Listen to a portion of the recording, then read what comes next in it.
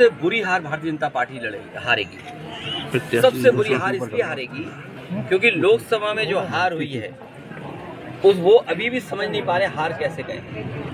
ये जो पीडीएस समाज को एकजुट होना शुरू हुआ है और हम अपने पीडीएस समाज को भरोसा दिलाते हैं कि भारतीय जनता पार्टी हमें आपको दूर करने के लिए 80-20 करेगी। 80-20 क्या होता है? कोई योगी 80-20 कह सकता है? 80-20 वही कह सकता है जो योगी नहीं है। ठीक है। देखिए, सच्चाई तो ये है कि अभी तक की सबसे बुरी हार भारतीय जनता पार्टी हारेगी। सबसे बुरी हार इसलिए हारेगी क्योंकि लोकसभा में जो हार हुई है वो अभी भी समझ नहीं पा रहे हार कैसे गए। ये जो पीडीएस समाज को एकजुट होना शुरू हुआ है और हम अपने पीडीएस समाज को भरोसा दिलाते हैं कि भारतीय जनता पार्टी हमें आपको दूर करने के लिए 80-20 करेगी। 80-20 क्या होता है? कोई योगी 80-20 कह सकता है? 80-20 वही कह सकता है जो योगी नहीं है। इन्होंने तो ये कहा था कि हम गोला बनाएंगे, मिसाइल बनाएंगे।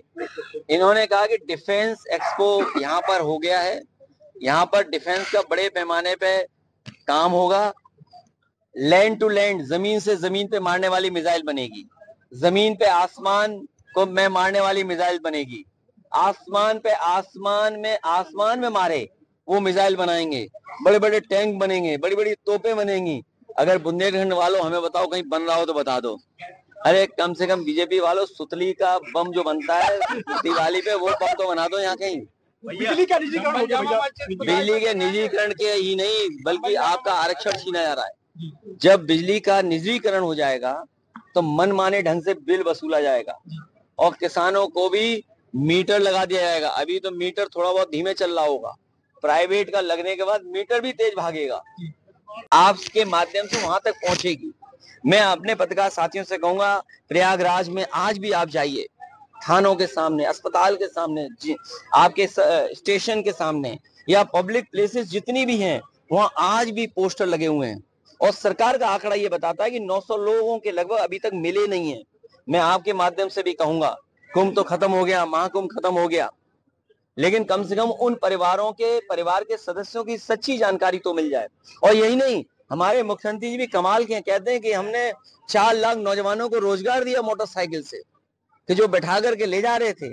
ये बताइए, मोटरसाइकिल पे कब कॉमर्शियल तरीका आपने अपना दिया कि आप मोटरसाइकिल से ही व्यापार कर लीजिए।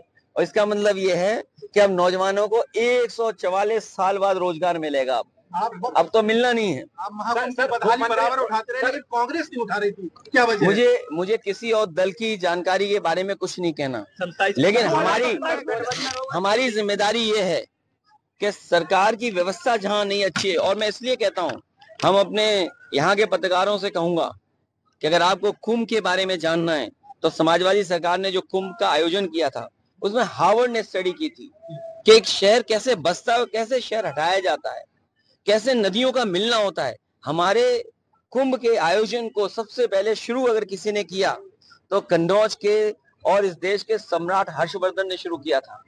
आप बताइए कि 144 साल वाला झूठा प्रचार किया इन्होंने।